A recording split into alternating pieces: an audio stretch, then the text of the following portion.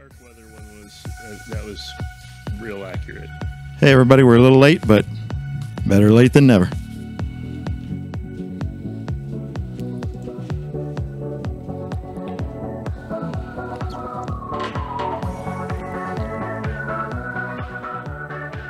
We always do this pre-roll, Jeff, because we do Facebook Live, so you got to give people time to get tuned in. Right.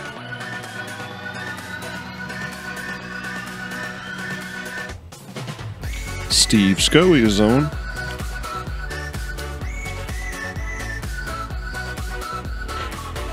Mom.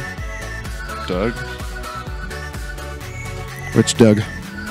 Doug Hess. Hey, Doug. Doug Hess is on tonight. Yeah, you know Doug? Oh, Doug and I go way back. Oh, yeah. So Doug and I were in radio together. We were in rock and roll together. No kidding? Yeah. You played? Yeah, we just enjoyed it a lot. Oh, okay. And I worked for him at KB.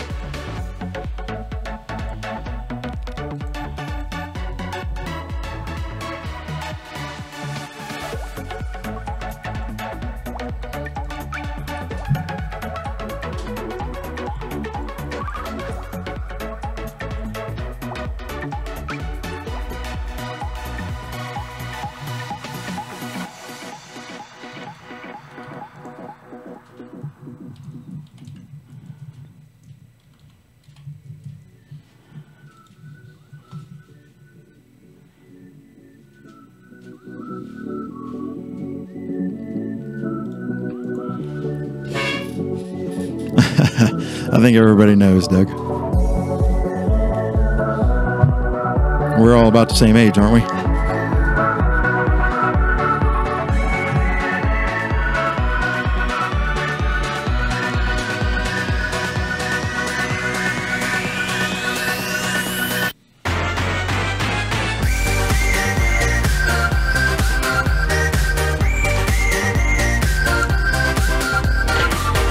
I love that picture.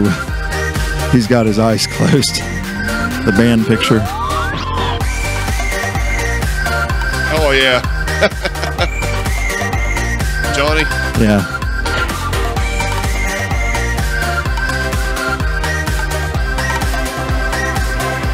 Oh, dude. I just now realized that this is not the same as the rest of them is. Because you're not Larry. No, not tonight. I think I got it right on the rest of the pages. We'll hope.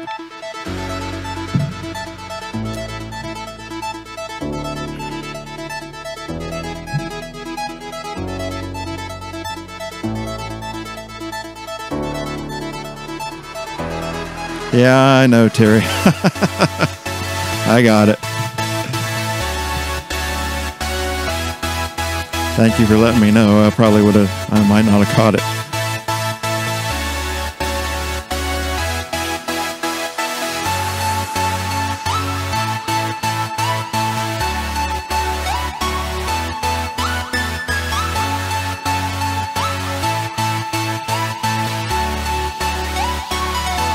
I have a feeling that's going to be a fun podcast. Which one? The one with the MOV, What's Happening? Yeah, Terry and I were talking about that the other night. I'm looking forward to doing that. What's Happening? Is that based on the TV show? No. That group, the big MOV group that you posted your book in, that has like 23,000 people on it. Right. We're actually going to do a live broadcast on that page, so that all 20-some thousand can tune in if they want to. So Excellent. the comments ought to be off the hook, I'm guessing. Hey, Denise. Congratulations on your first breakfast, by the way. Waffles look yummy. I didn't make it, and I apologize. Couldn't make it. But everything looked really good. Heard compliments on the omelets. Nice job.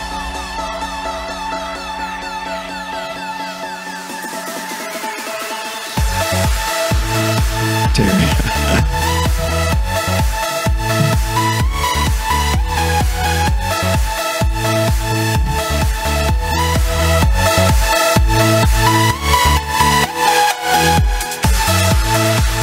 Hey, Laura.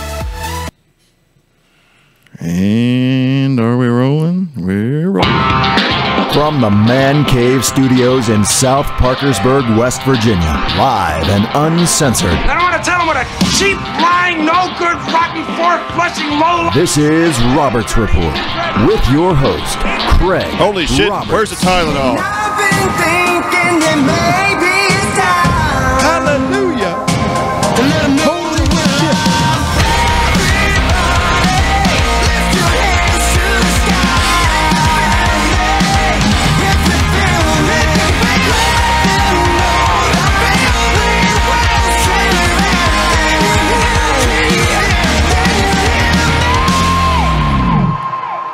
will Welcome back, everybody. After a long break, I am Craig Roberts. This is Robert's Report, co-host over down there, Scott. Hey, can you believe how warm it is today? Dude, I was like running around with no coat on. It was like 30 today, and I was like, shit, yeah. I'm surprised my wife didn't have flip-flops on. She's a flip-flopper, so. Hey, Jeff Totten, thanks. We have a guest from out of town this evening, Mr. Jeff Simmons, Parkersburg native, author, bestseller, author, soon to be bestseller. Bestseller around bestseller here. around- Soon to be bestseller. Yeah. Okay, there you go. That's all right. And I've actually started reading his book, Silver Shot. I'm about halfway through it. Very, very good book. I recommend before everyone gets done from this podcast today, go over to Amazon and order. It's only $15. And Was there a Kindle edition available, Jeff? I couldn't remember if Yes, there was or not, because it is a little cheaper. So if you prefer if you prefer print, it's a little more, right? Right. I think the Kindle is $6.99 now, but it may be $5.99. I'm not sure, but they're very popular. Yeah. So I got a question for you right off about the new book, because I read through all your Facebook articles. I did not get my hands on the book yet, so I haven't got to read it. And honestly, I'm not a big reader, so I apologize if I don't get around to reading it, but I'm pretty much undiagnosed ADD, and it's very tough for me to read an entire book at all. But anyway, enough about me. The first question I had is I read through your Facebook trying to find out what I could find out about the book, and as much as I got is it's about a serial killer shooter in the Mid-Ohio Valley, and I wanted to see, well, what more can you tell me about it without giving it away? Well, we basically have it starts with a random shooting, and they can't peg anybody on it, but they know it was taken from a long distance by an expert shooter, and he leaves a trademark there, a silver dollar, and that's how the title of the book comes about. But he, the shooter, goes on a spree for several months here and there. A newspaper reporter finally starts to put the pieces together, and they end up catching the right person. But it's a lot of cat and mouse. I got to say, there's not a lot of gore in it. The violence is mostly implied. But now, one thing I'd like to input in here, something that I really, really loved that you did in this is using the Parkersburg landscaping, and it's to a T too. It's I can visualize in my head going down streets, parking underneath the railroad trestle and getting crapped by pigeons, yeah. But yeah, it's really neat how you incorporated a fiction story though into the Parkersburg area. I mean, Smitty's, you got Smitty's in there from the hot dogs. I saw you mention something about Smitty's hot dogs in one of the scenes. Smitty's hot dogs, the Old Wheel Club. Yeah, because you said so this actually takes place in past Mid-Ohio Valley, correct? I picked the year I graduated from high school, which was 1984. Okay. And that's when I based it on. All right. And so the next question I had is, I saw that you made a point a couple times to say that your reporter was from, McDowell County? Yes. And that it's the poorest country in West Virginia and the second poorest in the United States. That's correct. And does that information play an important factor in the book at all?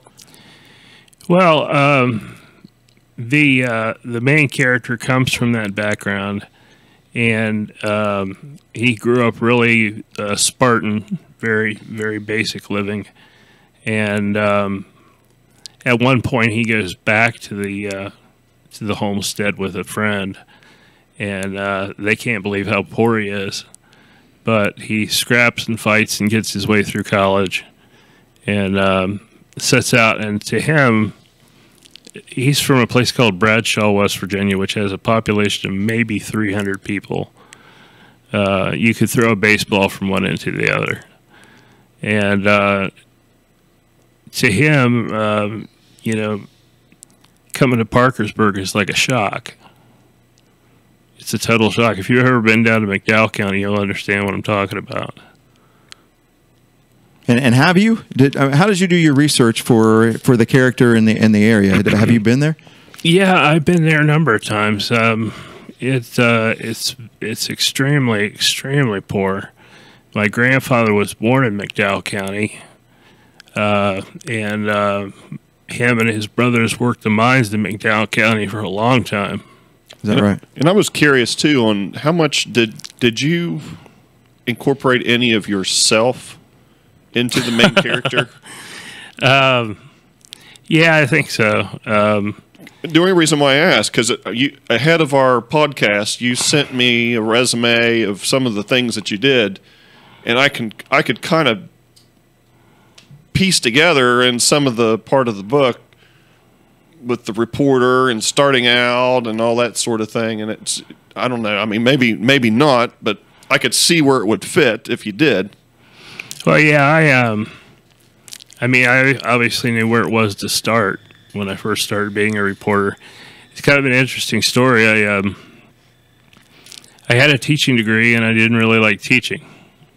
What do you know? You didn't find out until you started, though, right? Right. Is that what you're saying? And so I went up to the Marietta Times one day, and I just walked in the newsroom and asked to speak to the managing editor. And I said, I can type. And he said, come in Monday at 7. It was literally that quick. And he put me to work, and I worked there for a while, and he said, you'd do a lot better if you got a degree. So I went back to Ohio University and crammed in a degree in about a year, and then went off on my own news assignments.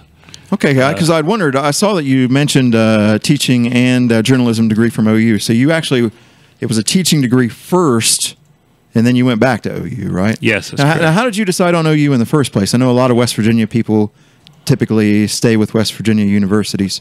Well, my brother was going to OU to study communications, and you're probably familiar with their communications college over there. It's quite good.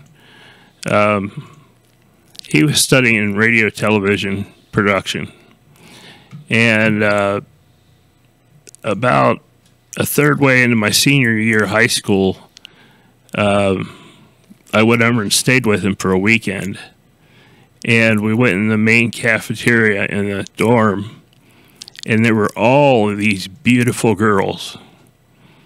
And I said, I've never seen so many pretty girls in all my life in one place. I'm going here. That's usually how I decide. No, that's literally how I decided to go. I'm sure it's that way in Morgantown too. It's probably just where you happen to see it first, I guess. Yeah. But it turned out really well. I got a good education and enjoyed myself and went on. Very good. So some of the part of your resume as well, you'd mentioned that you got to meet some pretty important people in your life. Of course, Reagan, Obama, and one other person too. I forget who else you said you'd met before. Are these people? Oh, Bill Clinton. Bill Clinton. That's right. I'm sorry. Now, were they some of the ones that you met because of your journalism type? Well, part, or was that just? I met Ronald Reagan when he was running for president in '84, and he was out at the Wood County Airport, and and I went out there, and he came through, you know, with the Secret Service shaking hands, and I said hello to him, and you know, he asked me if I was a reporter. Of course, I had a press pass on my shirt. I don't know why he asked that question. Clinton was that was an interesting press conference and meeting. Where was it at? Was it here in Parkersburg? That was at Cleveland Airport, and a couple of things struck me about Clinton. He was a very big man, and when he walked into the room, he had total command of everything that was going on. He had that kind of influence. Whether you liked the man or not, he was charismatic. And every time a reporter would ask him a question, no matter how obscure it was, he would act like he'd been studying that very problem his entire life. Very impressive. Barack Obama said a lot of stuff and didn't do a lot of stuff. I don't blame him. But he was very, he struck me as a very fit, very morally grounded individual, and but Bill Clinton, I guess, was the one that really got to me. I really liked that. So how did you end up in Cincinnati? You may have already said, but I was working at some newspapers up around Cleveland. I started in Sandusky, where Cedar Point is. Mm-hmm. And that was great because all the news reporters did news stories over there. So we all got free summer passes. Oh, yeah. And we were all right out of college. We were like 21, 22 years old, the whole newsroom. And we would just go over there and go nuts on like a Tuesday night when there was nobody there. We'd just ride the roller coasters over and over again. I went from there to Elyria, Ohio, which is near Cleveland, mm-hmm. and covered local, state, and national politics. And I had been covering education, but I went on to cover politics and government. And then I got a job offer down here in Cincinnati at the Cincinnati Business Courier. I don't know if they're still around anymore or not, but it was a weekly business paper. And I moved down here for the job, and I was there about a day, and I decided I didn't like it. I worked for a few months for them and then went on to another paper, and after that I just sort of split my time between writing and teaching. Now, when you say down here, was that for like News and Sentinel? Is that what you're saying? Or no, here in Cincinnati. Oh, okay. I got you. No, I didn't write for the News and Sentinel. Would have been a good job, though. So, where did you start with writing books? I mean, what got you interested in writing books? And I haven't looked back. What's your first book? My first book is called Wipers, Soldier's Tale from the Great War, which is World War I, 1914 and 1918. And the whole reason I got involved in that was I was sitting in class one day at OU, and a professor I had a class at, you won't believe this, they offer this, but I had a class in espionage. Huh. I actually had two classes in espionage while I was there. And one of the things he pointed out was a particular battle in World War I called the Battle of the Somme. And because of intelligence failures and so forth, the British lost 50,000 men the first day. The first day. And then it went on like that for 6 more months.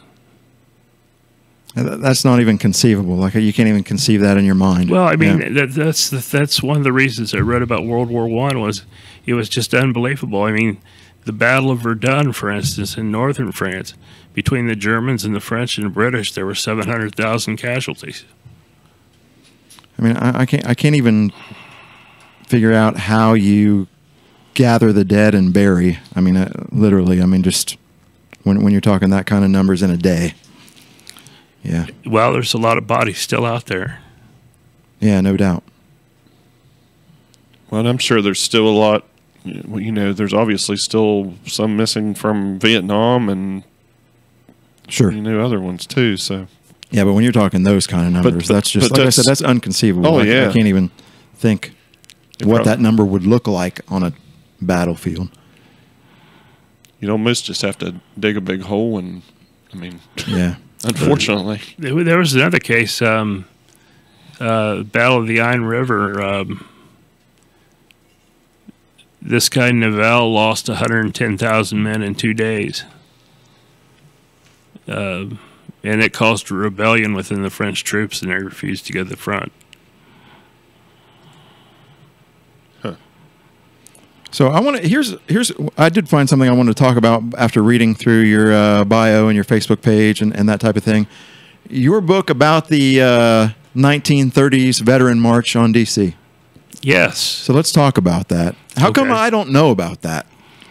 You know, I don't know what happened with that book. I thought it turned out pretty well. I was pleased with it. It was my second effort.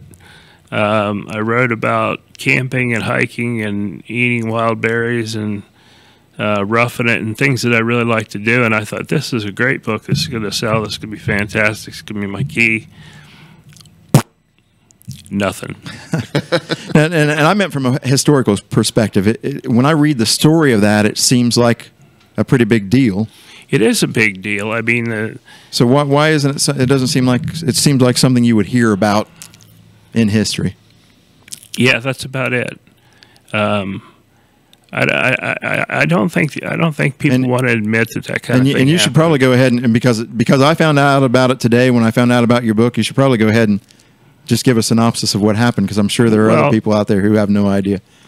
Basically, the veterans across the country, starting with this guy in Oregon, began to rally to get back wages they had lost while they were fighting overseas. You know, some of them lost, a job as a machinist to be an artilleryman, and you're not going to make as much. And if you're gone for 4 years, you lose a lot of money. So it was 1932, Dust Bowl, really bad, the nadir of the Great Depression. And I wish I could remember that guy's name.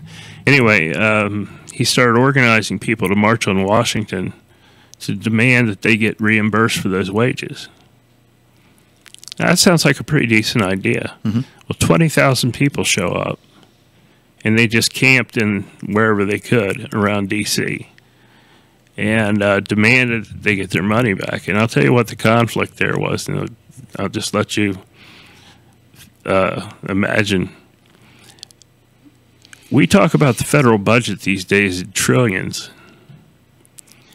In 1932, the entire federal budget for every last paperclip was $4.2 billion. That's all. Mm-hmm. We go through more than that in an afternoon. Yeah. Literally. And the veterans, if they got paid, it was going to be $2.2 billion. It was going to take half of the government's money I see. to pay these people off, and they just couldn't do it. Mm-hmm. So, the end result is everybody went home empty-handed. yeah, I'd never heard of that either. So Yeah, they had special stamps issued. They had music. They had organized protests and marches down the streets of Washington, D.C. on several occasions. The people survived on what they could out of a dump that was located. This is right next to the Navy Yard in D.C., if you know where that's at, on the Anacostia River, full of mosquitoes and bugs and swampy land. It was a terrible place to camp. But they survived there for a good while, and then when it looked like winter was coming in, well, the President Hoover decided there was time to do something about it.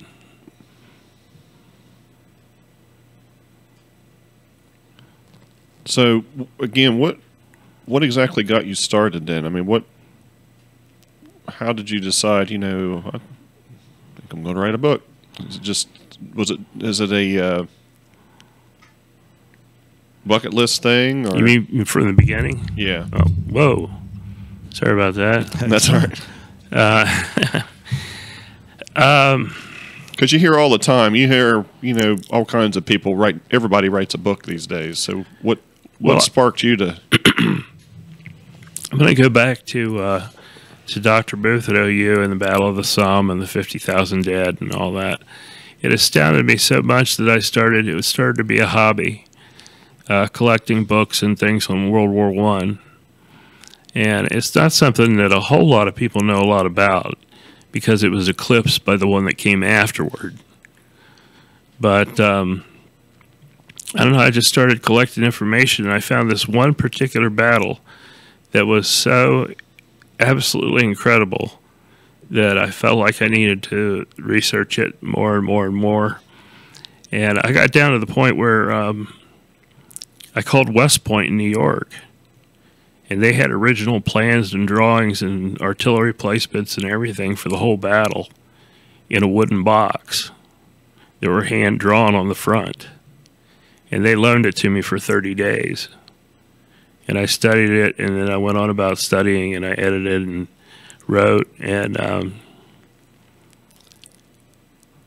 that concept of 50,000 men going into battle one day and not a one coming out, I thought people should know about that kind of stuff.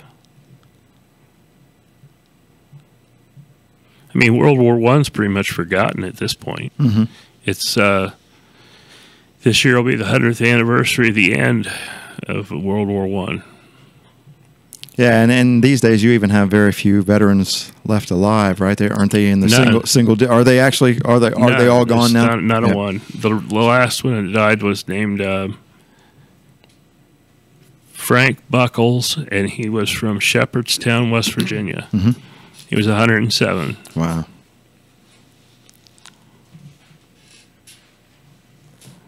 Yeah, that's one place I lack. I really don't know anything about. I guess I didn't follow it that close in school. The World Wars and the Civil Wars and those sort of things. That close. I did enough to get the grade and go through, but.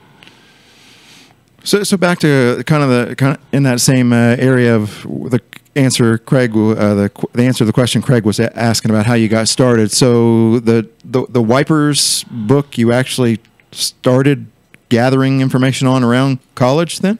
Actually, I moved to Sandusky right after college, mm-hmm. and I didn't have anything in my apartment. I had a sleeping bag, a lamp, a black and white TV, and some books. That's all I had. Mm-hmm. And my beat-up Chevette parked outside. Paid cash for that baby. And I was reading this book called A Short History of World War I, and I came across this one battle in the process, and after that I was just fixated on it and followed everything I could find about it. Now, you might understand if I could just take a second about this battle. This was in Belgium, and the land is very flat. And even the smallest ridge in the land gives you a view of, 15, 20 miles. Mm-hmm. And the British held the lowland, and the Germans held the ridges. And they fought and fought and fought and fought and couldn't take the ridges. So a general got an idea that they would tunnel underground, go across no man's land, and come up under the German trenches, pack them full of dynamite, and then let 21 of them go all at the same time. And he said, "We may not win this battle, but we'll sure change geography." And there are a lot of ponds in that area now. Wow. But they they'd been fighting over that objective for 3 years, and they took it in 20 minutes. Now, have you been to Belgium to? No, I haven't. I've been in the Low Countries, but I've never made it to Belgium. Mostly had to rely on a lot of maps and photographs from the time. So that was one of the things I wanted to ask you too, is the difference in researching circa 1984 as in circa 2017, because a lot of your current researching for nonfiction work you can pretty much do over the internet these days, right? How did you research back then? You know, phone calls, visits, libraries. What did research consist of? Books, lots and lots of books. Yeah. First of all, I don't do much research on the internet. I just don't prefer it. Even today. Yeah, I mean, I'll sometimes I'll confirm a spelling or Sure. a place or time or something real quick with a click of the mouse. But most of the time, and it's funny because you can't even find a decent bookstore anymore. As far as in Cincinnati, we absolutely do not have any bookstores. But fortunately, with Amazon, you can order books on just about anything. And so for the latest one, the new one that I'm working on right now, I just collected a whole bunch of books that I thought would be good to research. And really, the quality of a piece is how much research you put into it. If you don't put your research into it, you got a piece of garbage. Now, what about libraries? Do you use your local public library or UC library or Miami University library or anything like that? Well, it's kind of interesting. I'm not a student in any of those colleges. We got several universities in Cincinnati, Xavier and Mount St. Joe and University of Cincinnati and so forth. My wife works at a little college called Hebrew Union College. It's a rabbinical school, and it's right next to UC. And they have scrolls and things that go back 600, 800, 900 years. And the largest collection of Jewish material anywhere outside of Jerusalem. So sometimes their students over at UC want to come over and see our stuff. I've worked there before too. Come over and see the library stuff.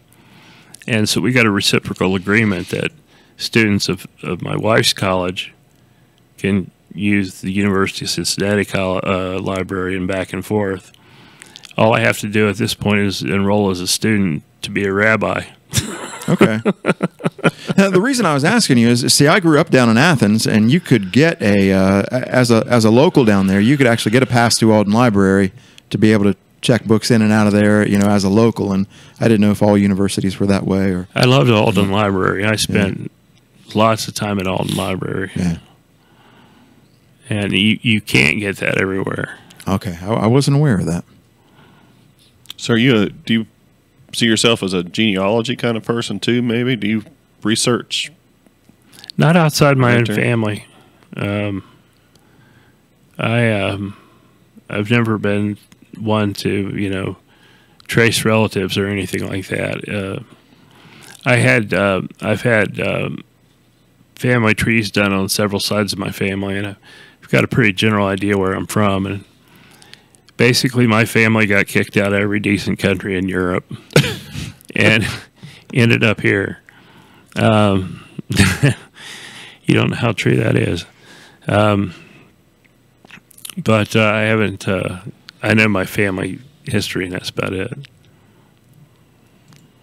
So one of the things I want to talk about, which we haven't yet, is the book about the, what is it, the killer from Nebraska? Oh, yeah, Charles Starkweather. He, excuse me. He was a 19-year-old kid from Lincoln. He had everything in the world going against him. And he, over a 2-month period, killed 11 people. 19 years old. This is 1958. And you got to remember, this kind of thing didn't happen all the time in 1958. I mean, it does now. Unfortunately, you see it every day on the news. You know, somebody went out and butchered 25 people at Virginia University or whatever, you know. It's crazy. But back then, 11 people was, you know, front page everywhere in the country. Mm-hmm. But Starkweather had an accomplice, Carol Ann Fugate. And this is the interesting part. He was 19 and she was 14. And the amount that she participated in the murders is kind of a matter of debate. He called her the trigger happiest girl in the world. He also accused her of stabbing several of the victims to death once they were shot. 10 of the 11 victims were killed in a 3-day period at the end of January 1958, which makes this end of the January the 60th anniversary of the Starkweather killings. So what got you interested in that particular serial killer? Well, nobody had written about him. It was fresh material. Oh, I see. I was reading a book I had called The Pessimist's Guide to History. And it's just a compilation of all the bad crap that's happened since the Big Bang, basically. And the Starkweather killings were listed in there, just had one paragraph. And I got interested because of the time period.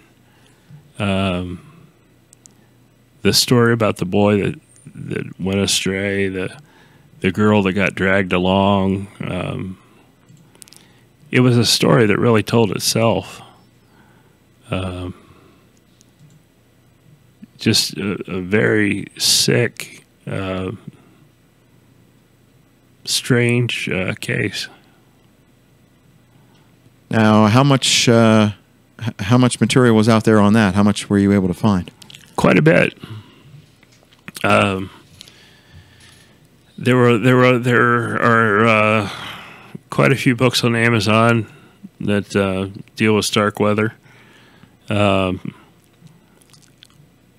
People have written a lot of fictional accounts, but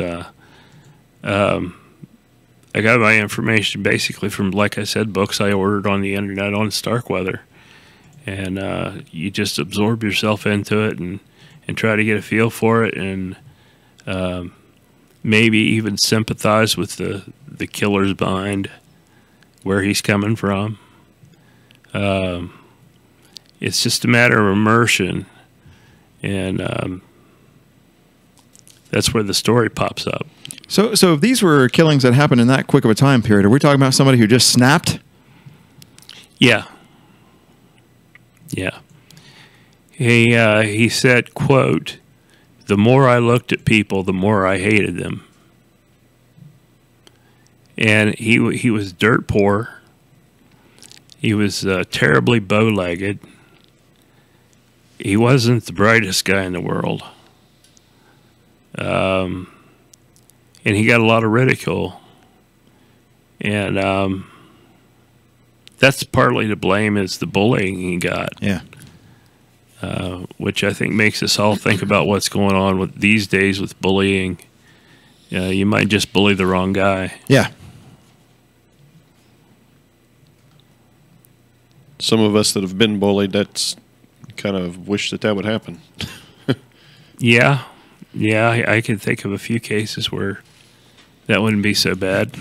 Yeah. I always think of the Billy Madison movie with the Steve Buscemi character when Billy Madison calls him up and apologizes, and then he has he goes over to his bedroom wall, and it's like, you know, people from high school that I'm going to kill, and he crosses off Billy Madison's name.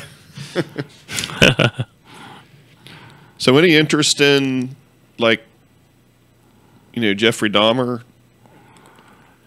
that type of thing? I mean, yeah, I'll tell you something. I started instead of Starkweather, I started writing about Richard Ramirez, and I'm not sure if you remember Richard Ramirez, but He was also called the Night Stalker in California, Southern California, back in the 80s. And he killed 22 people. And he would forced entry into the house at night, shoot the man, rape the woman, shoot the woman, steal everything, and leave. And it went on for a couple of years. And I got to thinking, I was like, this guy is so obviously wickedly evil, and the story is so sick that I don't think it needs to be written about. Let's look at something, you know, that just isn't about Satan worship and blowing people's heads off. Mm-hmm. Yeah, I was just curious because I mean, there's a lot of movies out there about Jeffrey Dahmer and there's a lot of movies out there. There's a lot of things based on the Starkweather killings. Natural Born Killers. I was going to say that. I was going to say that Natural Born Killers sounds just like this case. You know, a guy and a girl in a crazy killing spree that happened fairly quickly. Yeah. There's been a. So we're saying that's a fictional basis of the Starkweather case. Yes, that's exactly right. Huh. So there was another movie called Badlands. So let me just say, you know, as somebody who hasn't read your book, let me just ask you this real quick. Now, so that movie was one of the most shocking fictional killing movies I'd ever seen. Absolutely. And I'd never seen anybody who was as sick as Woody Harrelson, or Woody Harrelson's character was in that movie. Are we talking Starkweather was really this effed up? Well, I'm not going to give away anything about the book here, but I will. Yeah, I guess there is a point where you could go too far. I will tell you an instance that he shot an elderly woman in the head a few times, and then took a knife and stuck it inside her vagina and sliced upward until she died. Wow. In a sick way, that's a great movie. I mean, yeah. I mean, the director's cut version is just insane. But it is much different. Unbelievably shocking. Yeah. I mean, Woody Harrelson was great in that movie. But there have actually been probably maybe 6 or 8 films made on Starkweather. I can't remember their titles right off, but if you go on Wikipedia, which I'd never recommend, but if you go on Wikipedia, you'll get a listing of those. And also the Bruce Springsteen song Badlands. If you remember that one, that was based on Starkweather. His Springsteen's album Nebraska was based on the Starkweather killings. So the boss was interested in that? Yes. You know if he read your book? I don't know. I'd like to think so.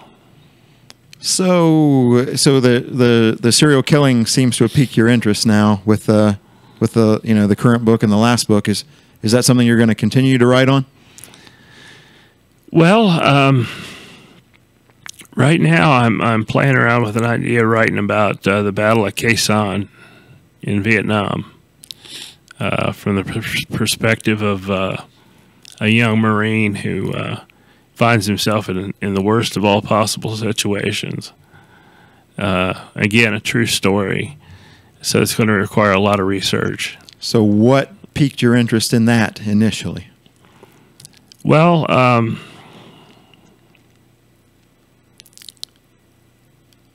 the story itself is incredible, and I knew a guy who was there at this particular site, and he said they got to down. They were under siege. They got down to where they were out of water, but they could fly low and drop stuff in, and they didn't have water, but they had 300 cases of Ham's beer. And they brushed their teeth with it and made coffee with it and bathed in it. And he hasn't touched a Ham's beer since then. And that's, of course, been a while now, I guess. I don't know. Vietnam seems like yesterday to me. You know. But, yeah, Ham's beer, 300 cases. I like coffee and I like Bailey's, but I'm not sure would like coffee beer. I'm not sure I've heard of Hams. Really? No. Is it American? Yeah. Okay. Yeah. It's just real watery beer. Okay. I was going to ask if it was like a Colt 45 type of. No. Oh, what was the? Was it the current book? Was it Silver Shot where you mentioned the guy drinks the cheap whiskey? Yeah, Colonel Lee. See, I haven't heard of that either. So Well, I got the people that I remember who drank cheap whiskey was like Dickel. That's not cheap whiskey. Oh, okay. I was a whiskey drinker. Uh-huh. And drank a lot more than my share. Yeah. Yeah. I haven't had a drink in 13 years. Mm-hmm. But I used to drink this. There was this kind of bourbon you could buy at West Virginia state liquor stores. It was called Colonel Lee, and it was $5.25 a fifth. So if you and a buddy had $7 or $8, you had a night's entertainment. And my friend instead of calling it Colonel Lee, started calling it Stagger Lee. Mm-hmm. And so that's what he refers to it as in the book. It sounds like our Mad Dog, I'm going to guess. It's rough. It's really nasty. I mean, You said this was manufactured in Cleveland. yeah. Right? Is it still being made today? Oh yeah, you can go right over here to the liquor store and buy it. Wow. We may have to get some for next UFC party. No, you don't. I was No, going you to say don't. you probably don't want to do that. Not unless you want to use it to start a fire.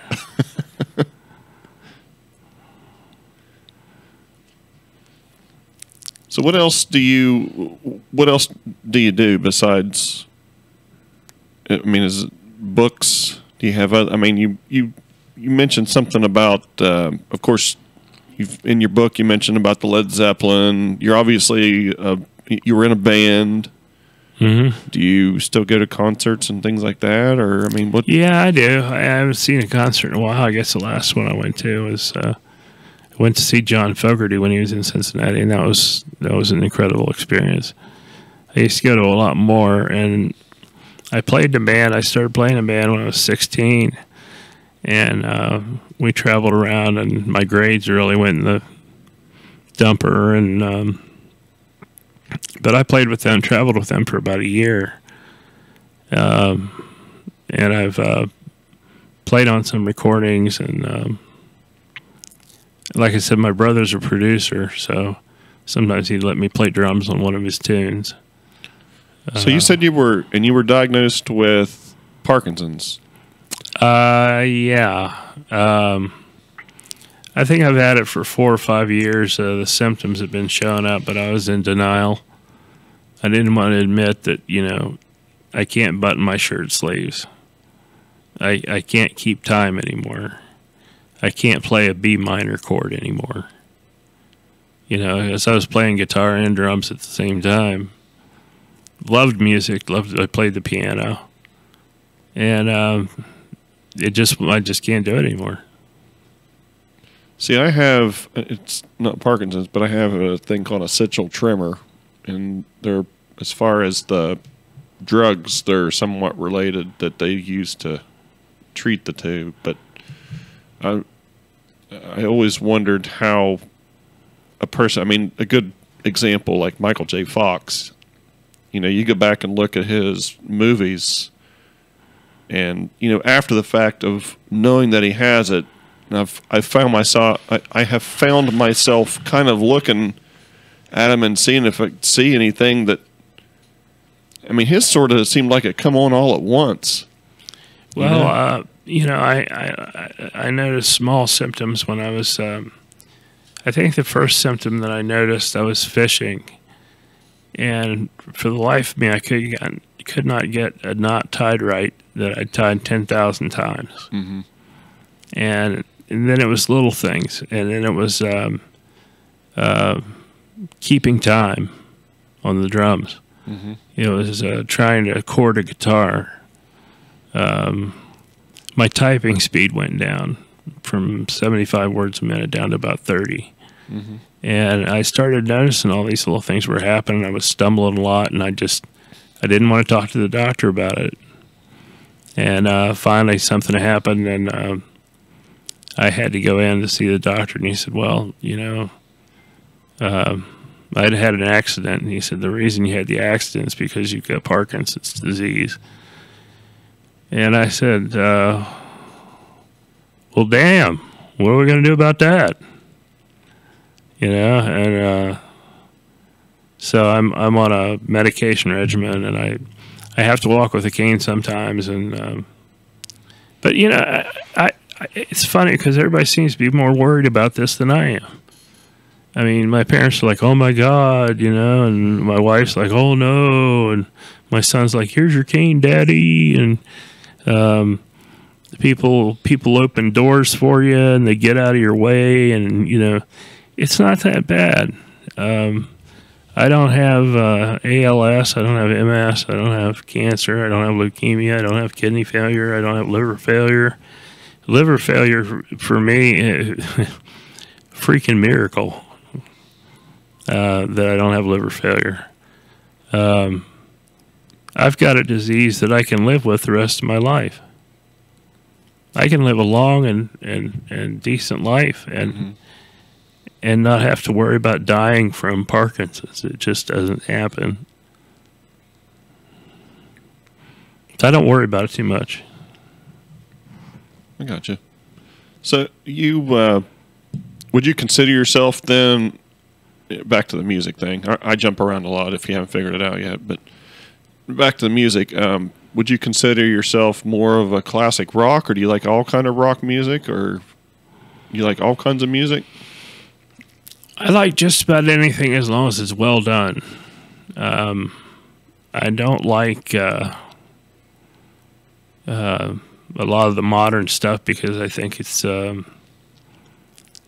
just not rock and roll anymore. And see, I feel the same thing about country music.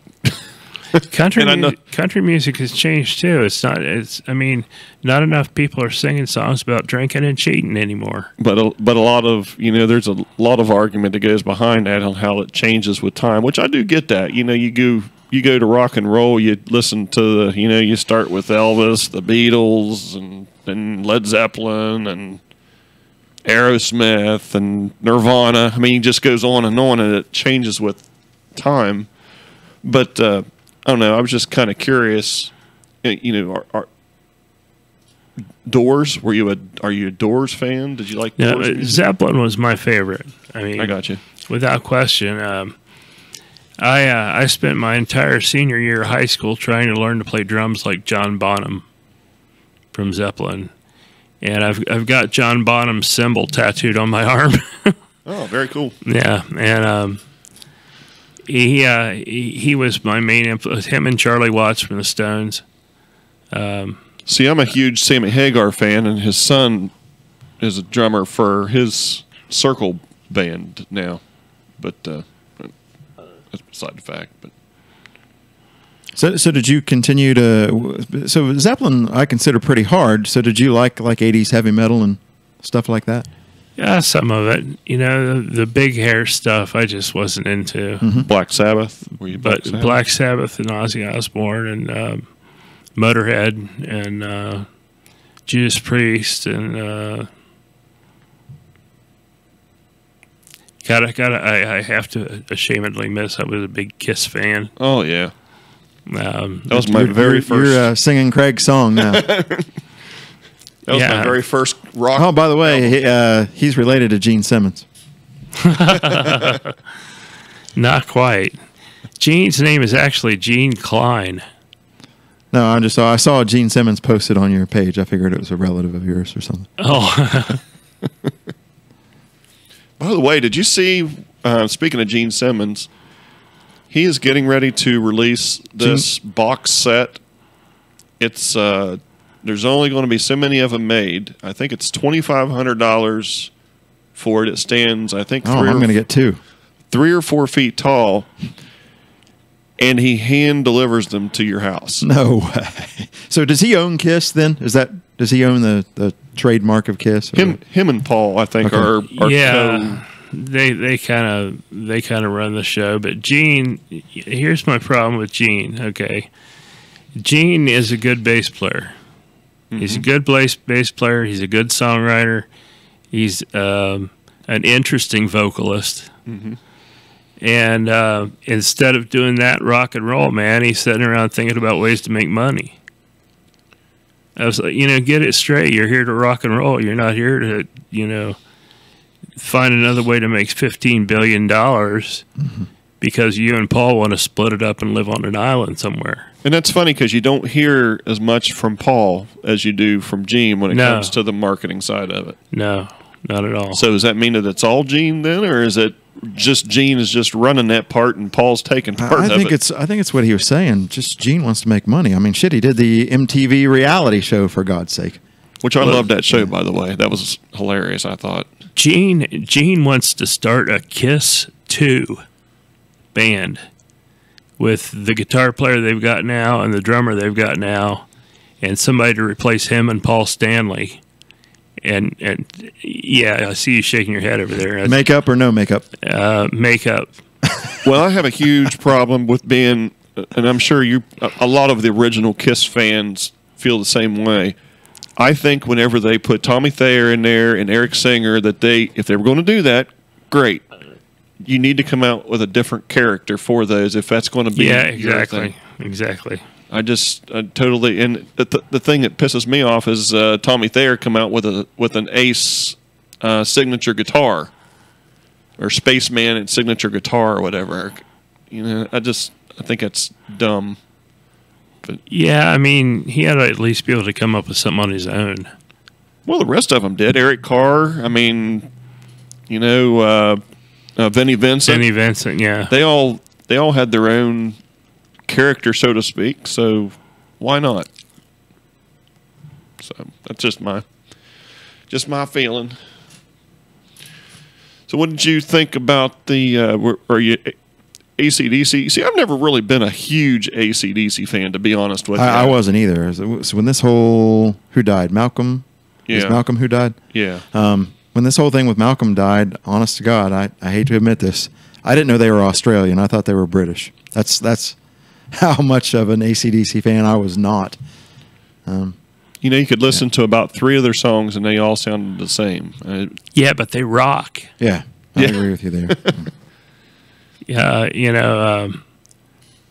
Angus and Malcolm, they put the band. Malcolm actually put the band together, and I don't know what anybody else thinks, but I think he's probably the greatest rhythm guitar player in rock and roll.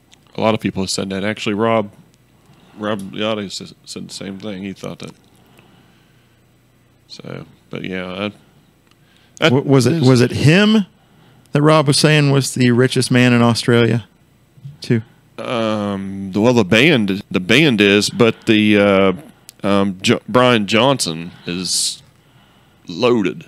I was pretty sure it was one of the Young brothers, so I'm guessing it was Malcolm since he died last. That was the whole band actually was the richest man in Australia. They're like the third or fourth richest organization in Australia.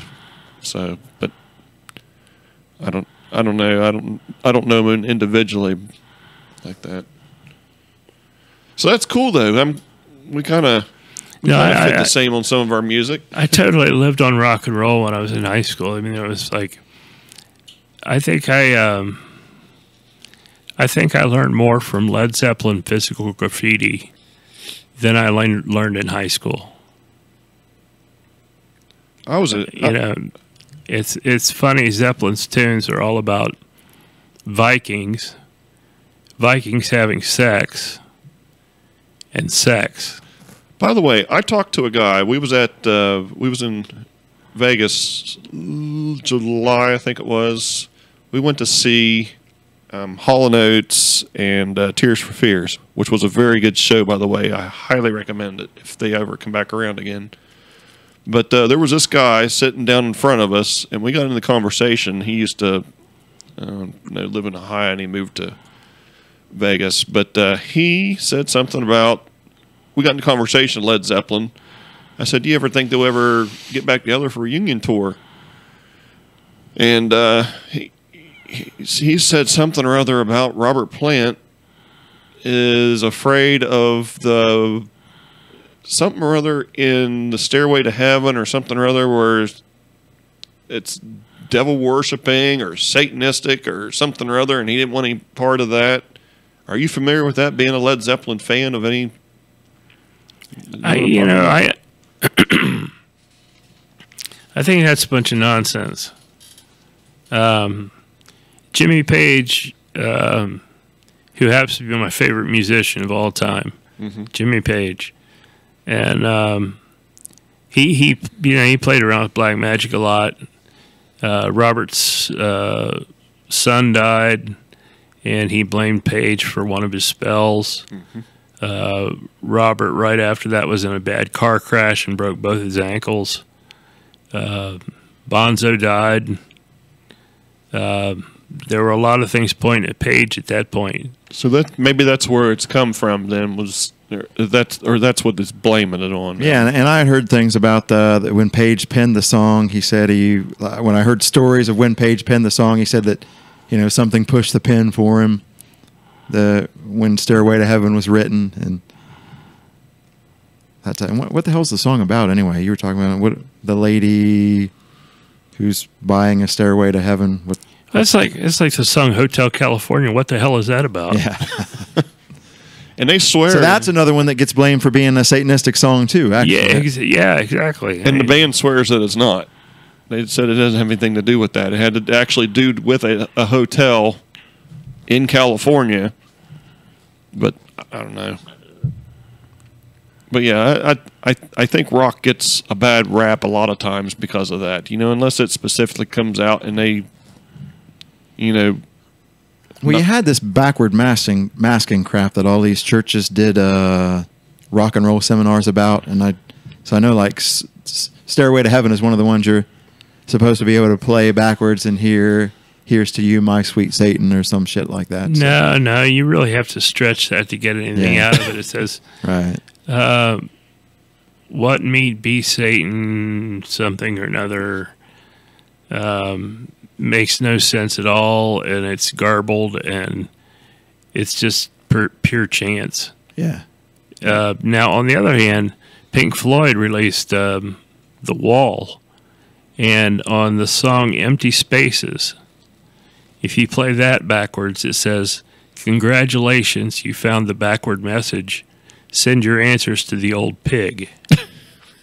And it's very clear. I love Pink Floyd, by the way. Oh, yeah. That's you talk about a dude that, well, both of them expanding their minds. I mean, I would have loved to have went back in the days of high school and went to one of their final shows that they had. I mean, they had that was state of the art. Their light shows and just their whole. I mean, of course, it was what's the best way to put it? It was a dope fest. Psychedelic. There you go. That's a good way to put it. Psychedelic.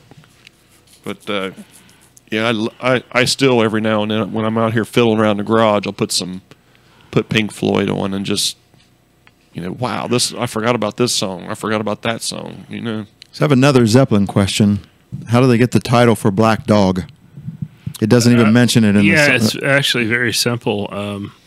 They're recording the dog that day. They had some studio time out in the country at this cat's place, and he had a black dog, and it just kept running in and out of the studio. And they said, "Let's call the song Black Dog." I'm serious. That's how it happened. So I have to ask. I'm gonna sneak back to the book one more time because something just come to mind here. I have to ask. Did Val in this book represent anybody in your lifetime, or how did that come up? No comment. Fifth Amendment.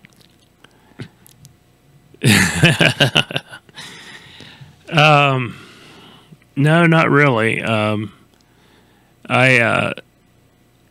had a woman that I knew who I was very close to, who fit the character really well. And she looked like her, she acted like her, she talked like her. So I based my character around her. Now, the whole thing about the relationship these two people have, of course, never happened between me and Abby Ann, but we were close friends, and she was a very interesting person. She was a college cheerleader. She was a pianist. She was a ballet artist. All this stuff, and I just loved her to death. And unfortunately, she's got dementia now. But I don't know. I just felt like I wanted to put her in the book, just kind of to remember her by. Was an interesting way to remember, right? Yeah. Hey, we need to talk about the Beckett brothers. Oh, yeah, sure. Yeah. So you put them in the book. Mm-hmm. For everybody who doesn't know, I'm sure 99.99% of the people know the Beckett brothers are Pete and Repeat, that we know them by here in Parkersburg.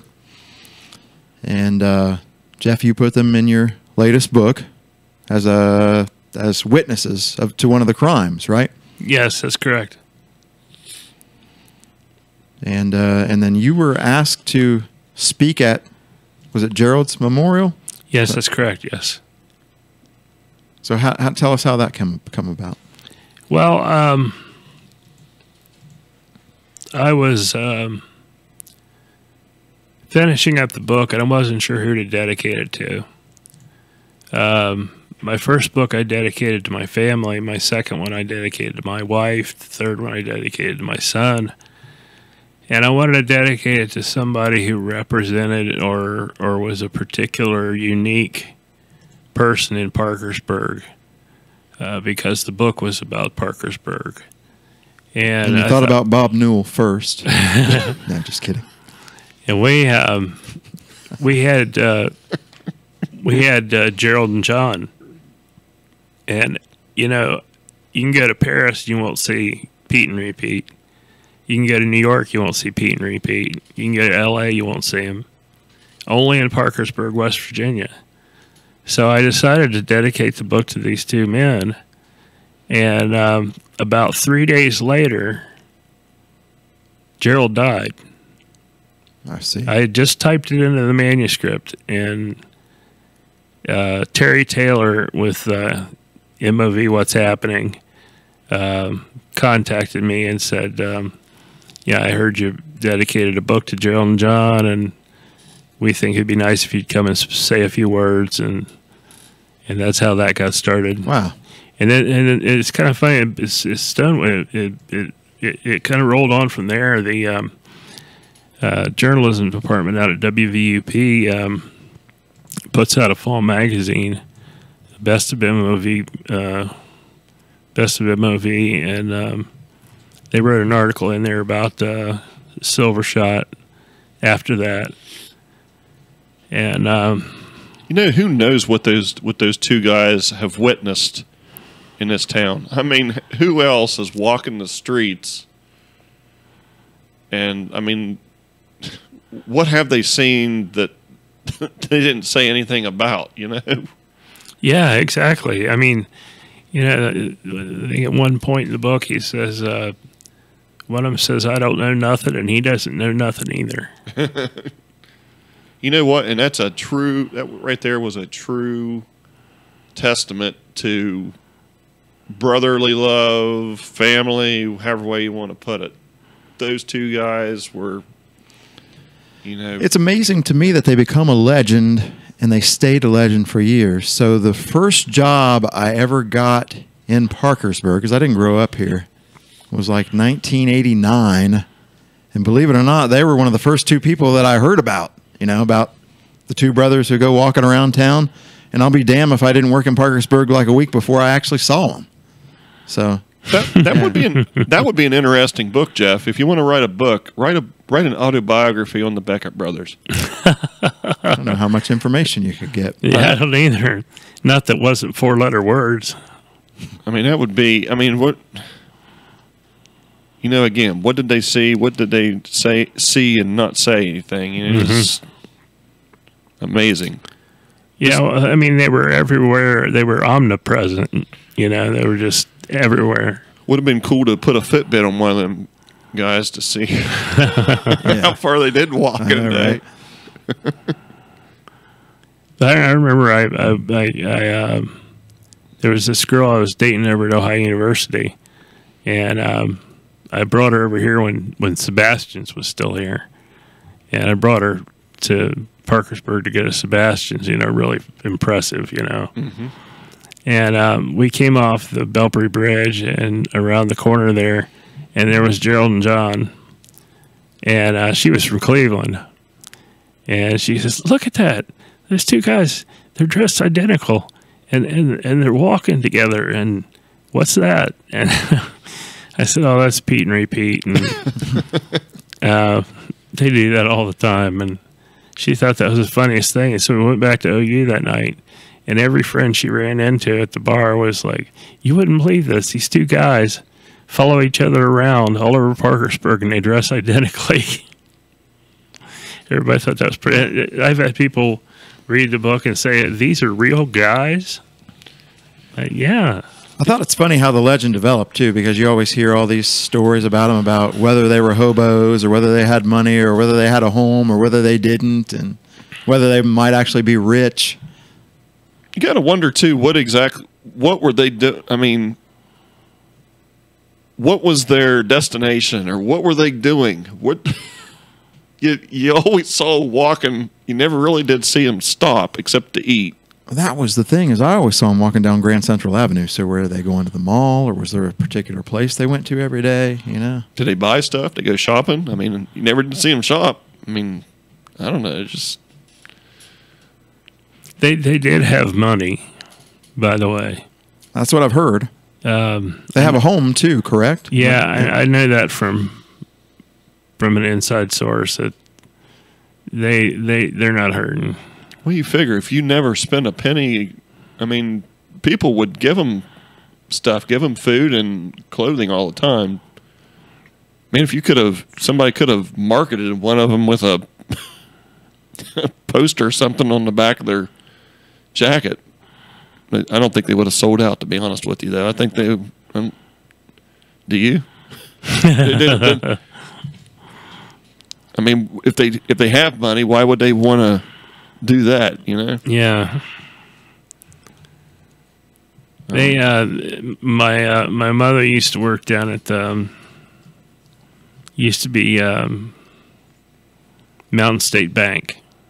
Mm-hmm. When it was down on Guyon, just down the way here. Mm-hmm. And she retired there about 20 years ago, but they used to have a problem with they had an ATM room, like you go in and there was an ATM and there was glass to the door, and they would sleep in there at night, and you could always tell when they were sleeping in there at night when you came and unlocked the door the next morning. And people would complain, "Oh, there's two guys sleeping in your doorway." And Mom would contact their benefactor, and she'd say, "Oh, those boys have been in trouble again." So were you much into arcade games or any that sort of thing? And Pinball. Well, I tell you what, if you ever get a chance, and we plug him here all the time, you may know him. I don't know, Steve Scoey. Do you know him? No, I'm afraid I don't. He has a little flashback arcade up in Vienna, just past the Foodland there. There's they got just about every pinball game you could ever think of, and most of the 80s arcade games too. Oh, speaking of which, you ever see Kiss Pinball? Yes, I did. Yeah, he has one, doesn't he? Yes, he does. Yeah, yeah. He has one. I played it. Somebody else that has one is Eric Sievers. Don't know him. That was a classic. Yep. It's hard too. It's a stupid thing, but it's like every way you go, the thing directs the ball down between the flippers. Yeah, all pinball is about that way, isn't it? Jeff, you mentioned your parents. Now, are they still living and are they still here in the area? Yeah, mom and dad are still around. My wife and I had been married, I don't know, 17 or 18 years, and suddenly she was pregnant, which we didn't think was going to happen. Mm-hmm. And since we were going to have a new grandbaby here in town, mom and dad picked up. They lived out in Washington, down past the DuPont plant and Borg Warner and down that way. And they sold their house the first day and just packed up and moved to a condo down the street from where I live. Oh, nice. And they help out with Jake, and he goes over and sees him a lot and stays over, and so he's getting to be real close with his grandparents while he's got time. Very nice. So did your dad work at one of the plants? He worked at Borg Warner, yes. Okay. I worked there in the summers and winter breaks. Mm-hmm. That was a great place to work. It was a fantastic job. As a matter of fact, I'd say it's probably the best job I ever had. Mm-hmm. Yeah, see, I work at DuPont. I've been there for 7 years, actually. 8 years, no, 7 years. It'll be 7 years this year. But I think all those jobs down through there at one point in time were pretty decent jobs. I would agree. Yeah. Yeah. I know living down there in Washington, everybody had their dad worked at one of the other plants. Yeah, everybody did. And I enjoyed working there. And I came back sometime, I don't remember what it was, and I looked out over that field and that plant was gone. Mm-hmm. Borg Warner was just completely gone. And all I could think of is that we had a real good thing going there. We had a real good thing going there. I can't believe the way that the whole GE thing went. That it's kind of disheartening how it, I mean, goes from GE to Sabic, and then it almost immediately after that just gone. I mean, it's like there was no warning at all. Not much of a warning, anyway. It was. Well, I don't think people realize the magnitude of what those guys did down at Borg Warner. They made all the plastic for Legos. Every Lego you had was made in Washington Bottom. And they were very particular about the colors. They had to be precise. And apparently the way that they feel when you step on them. Between that and Matchbox cars. Mm-hmm. But, well, that's cool. So your family lives or lived down in, do you have, what other extended family do you have? I have a brother in Cleveland. He went up there back when we got out of college to work at a recording studio.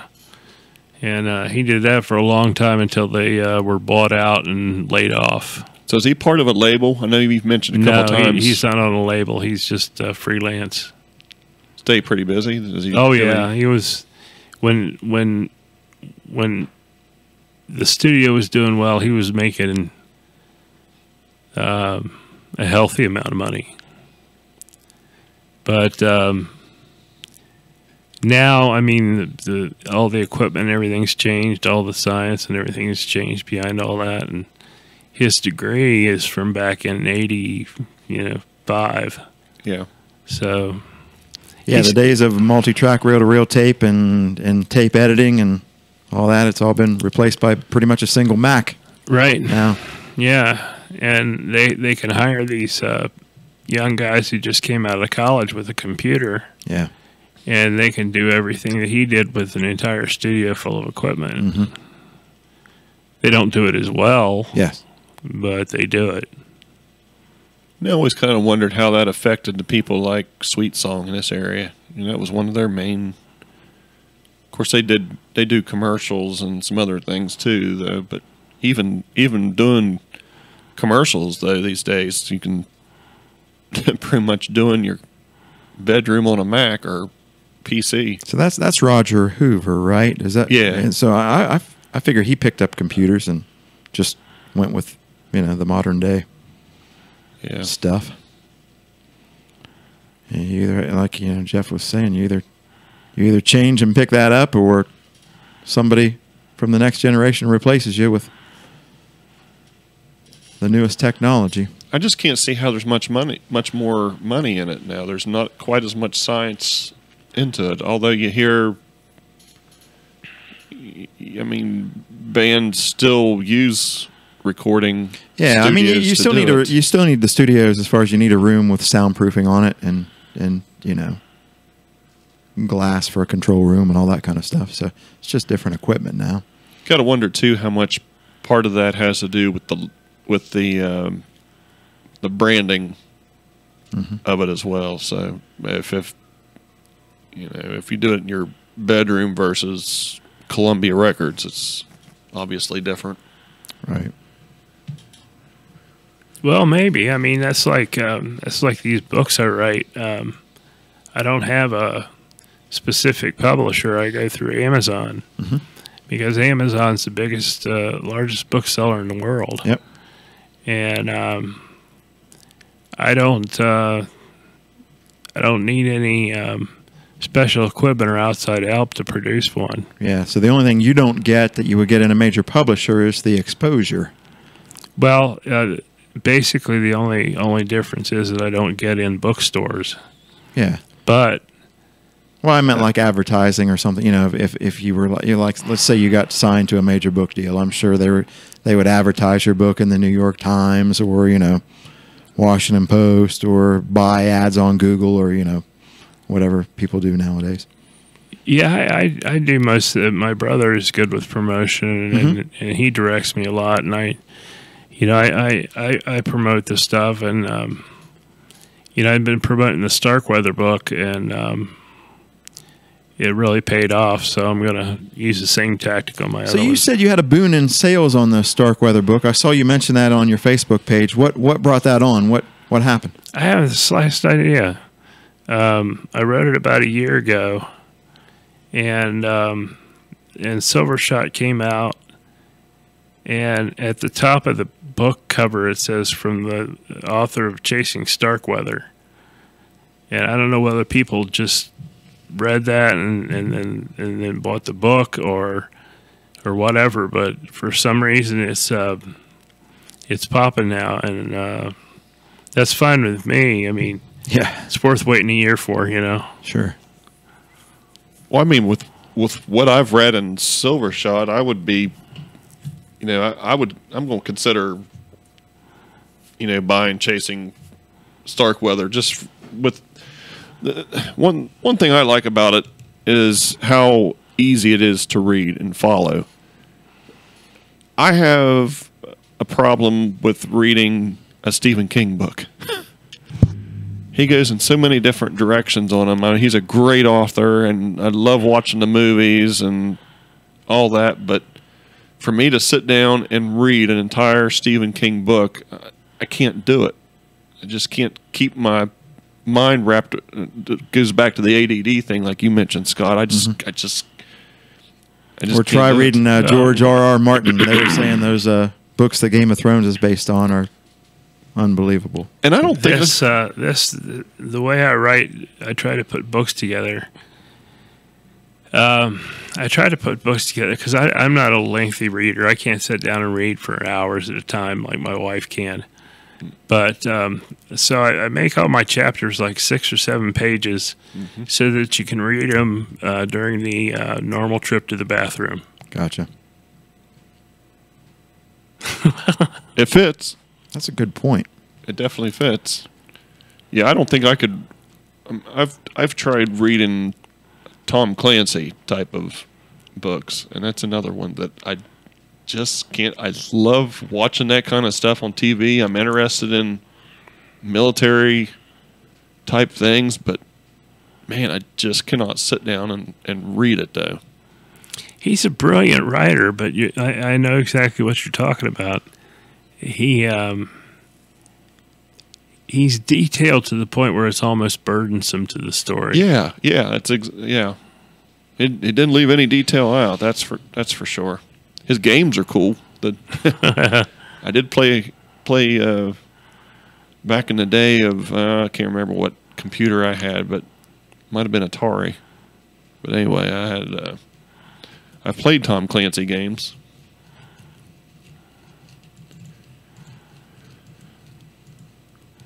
What else you got going on there, Jeff? Are you going to any thought of putting any of these things on audiobooks? Well, I had a guy approach me about that. I haven't gone anywhere with it yet, but this guy does sports play-by-play, and he's got a really good voice, and it's very expressive, and he and I are talking about getting together and putting at least one, maybe two of these, and I can do it the same way I did with my novels. I don't need outside help to do it. I'd probably get my brother to. Can you imagine doing that? Can you imagine narrating a whole entire? I'd probably get my brother to produce it, and then. How long do you think it takes to do that and do it properly?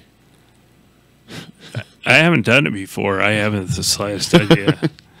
I mean, I don't know either. I was just curious. I couldn't imagine, reading this book word for word to somebody and, enunciating the.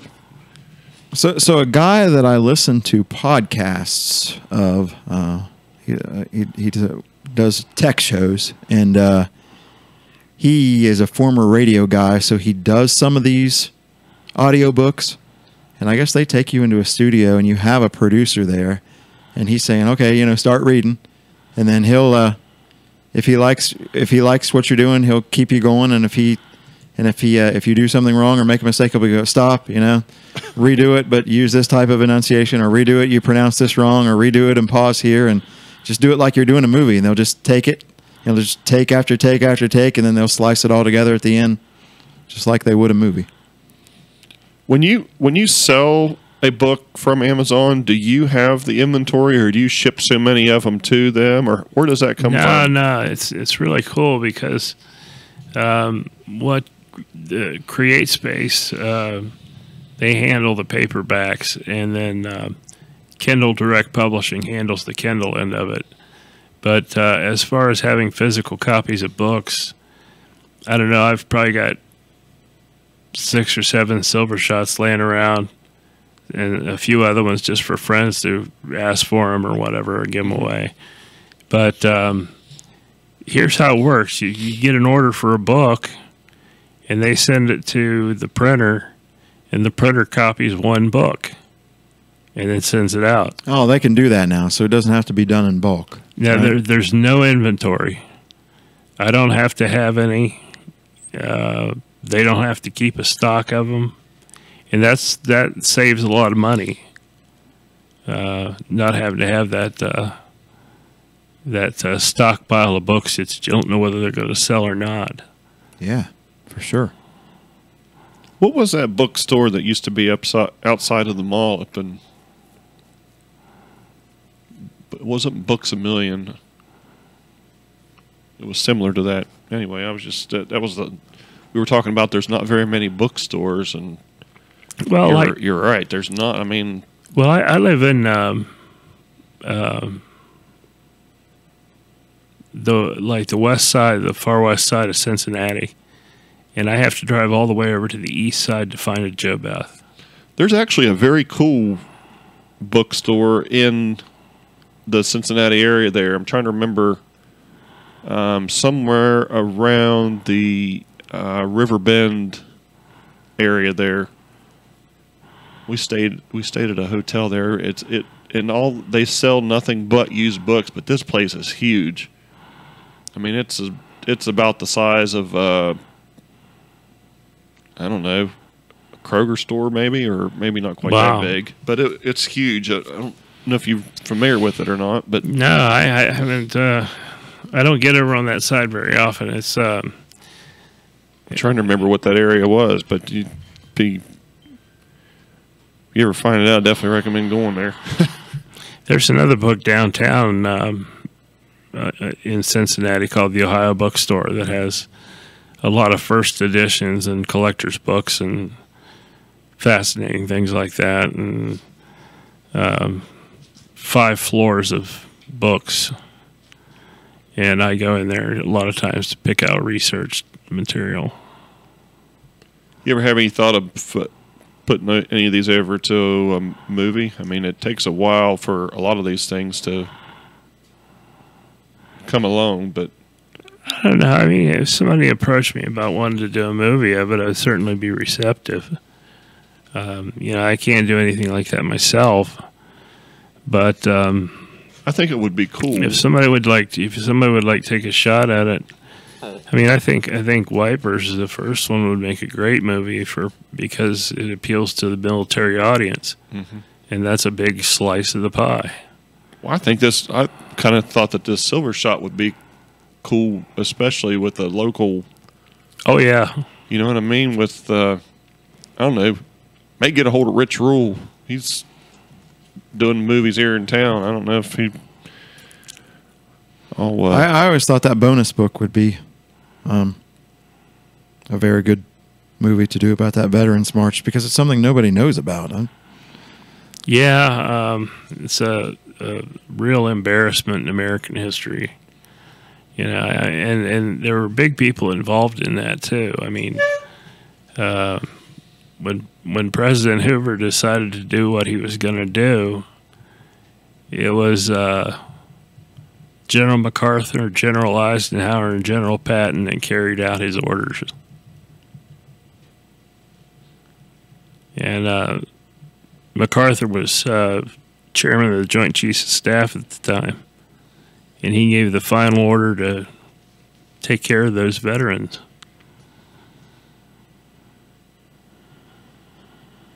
You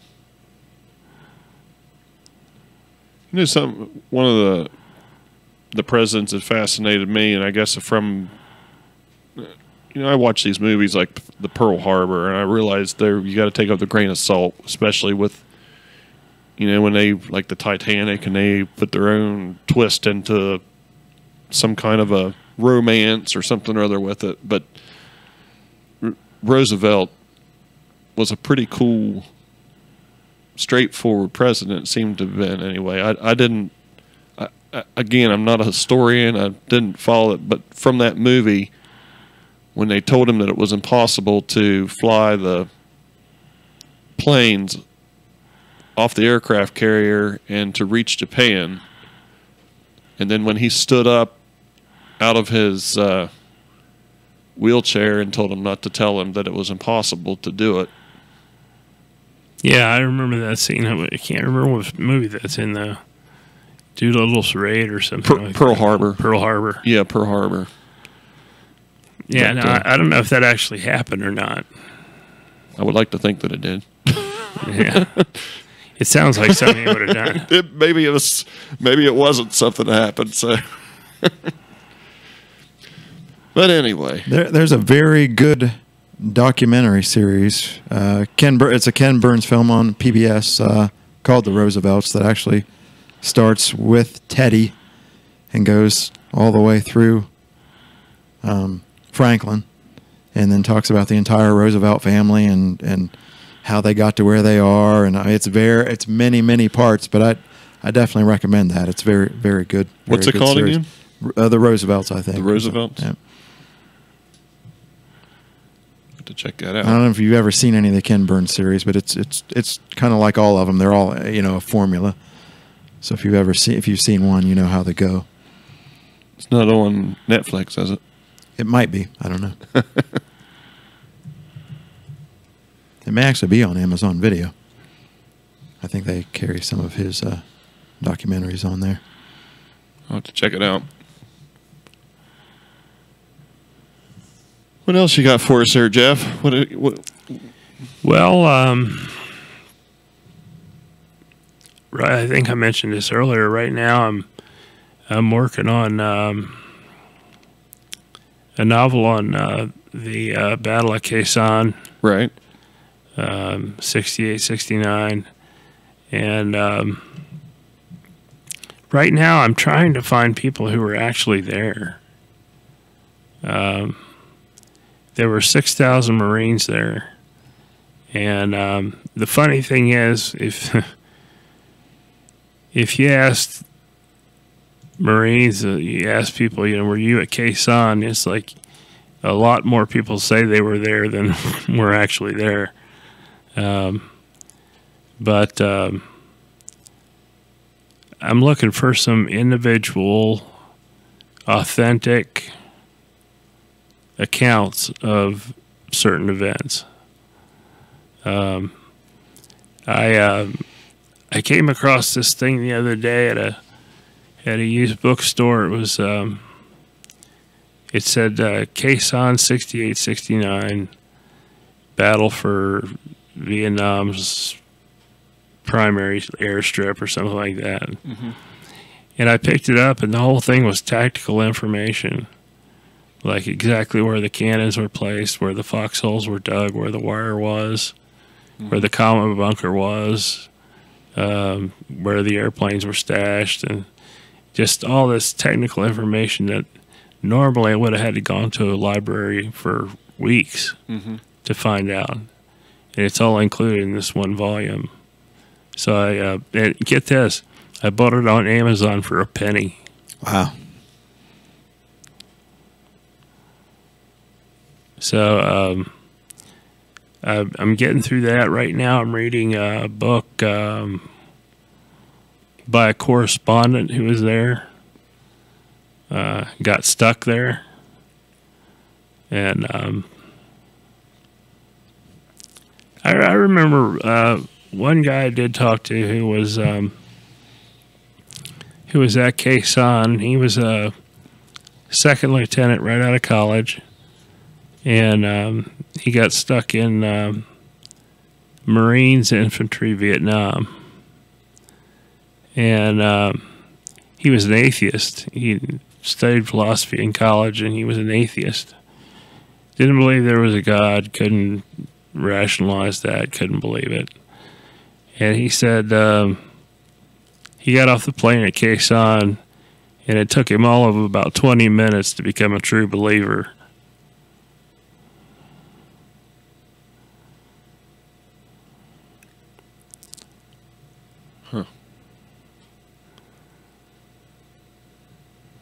What's the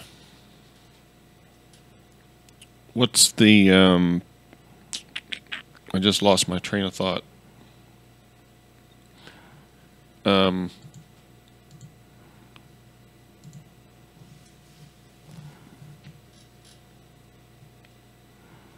Okay, I lost my train of thought. So It happens to me all the time. You'd spark something in the middle of it. I need a pen and paper here to make notes whenever that comes along. So you come down from Cincinnati. What's the Blennerhassett? You say is your favorite place to? Are you affiliated with some of the people in the Blennerhassett there or anything? Or no, I've just I've traveled around, and I've had the fortunate experience of traveling a lot, and out of all the hotels I've stayed in, that just happens to be my favorite. I like the way it's laid out. I like the people there are great. The food's good.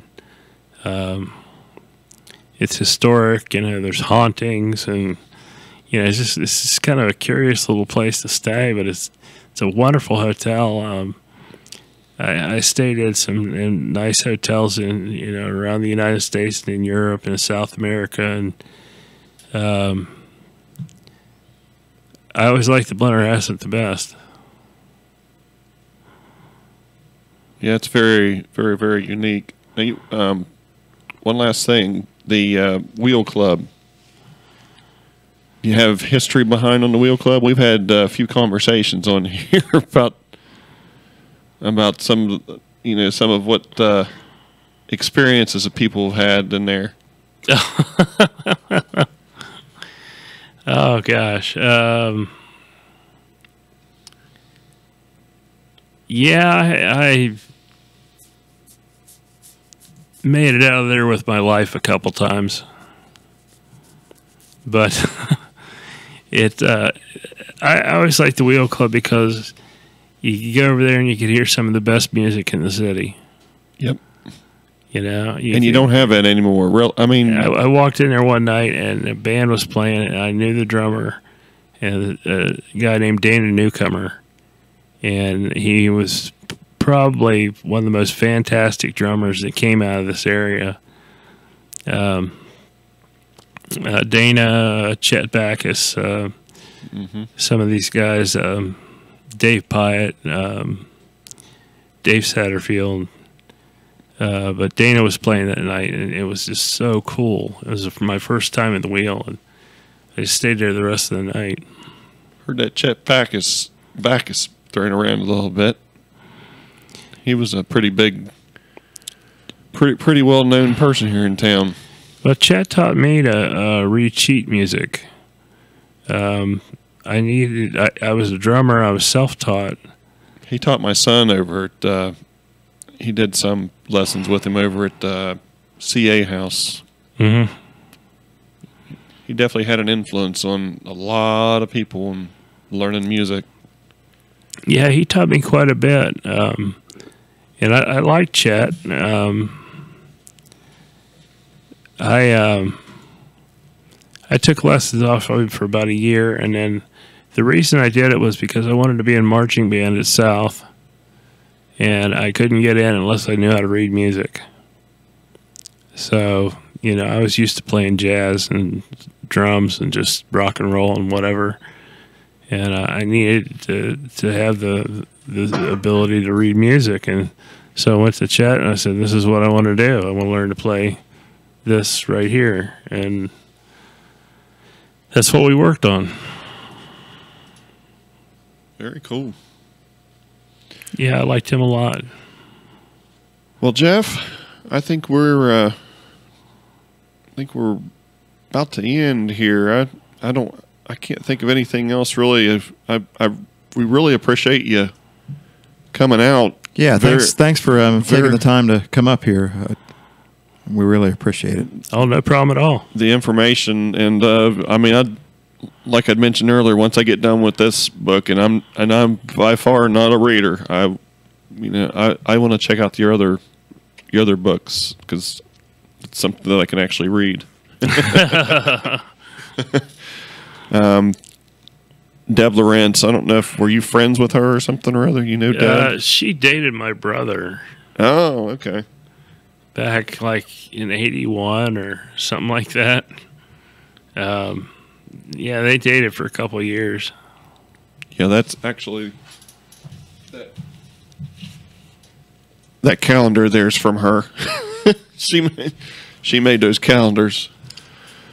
But okay, very cool. We appreciate you coming down, and looking forward to more books, and wish you success with this book. Thanks a lot. Appreciate it. Hope you keep up with the podcast and keep us posted on what's going on. Deb says Jeff tagged along on our first date. LOL. Next week we're going to have Mike Steinspring or DJ Koss and DJ Correct in here for Rewind. Kurt, thanks. Plummer. Thanks, Kurt Plummer. Can't wait to have that'll be the first time Kurt's been in here, second time for Mike, but they have a good thing going with Rewind. Thank you to everybody also from we had a few people from Las Vegas and Detroit, Michigan like onto our page. Thank you. I don't know if you did have all your international people tune in tonight or not, but if they haven't, I'm sure they will. And we appreciate if you share us around. We're trying to reach out to a wider audience, obviously.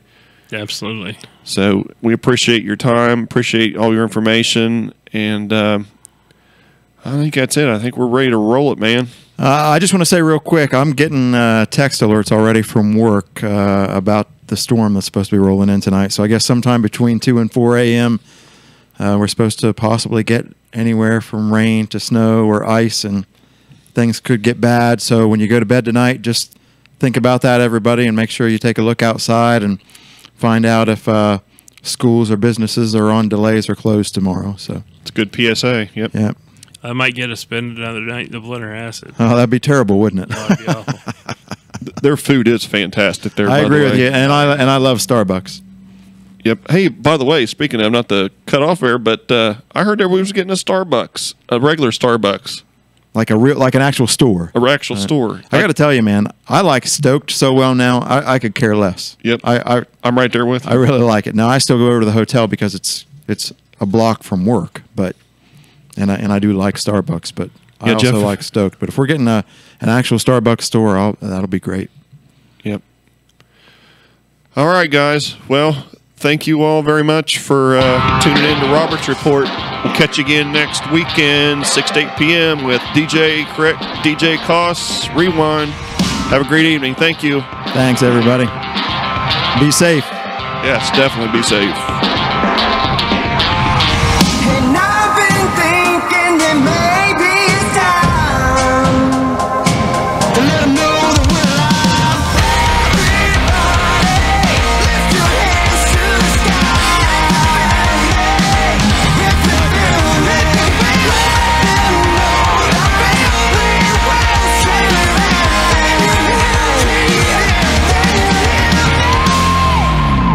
Good night, everybody.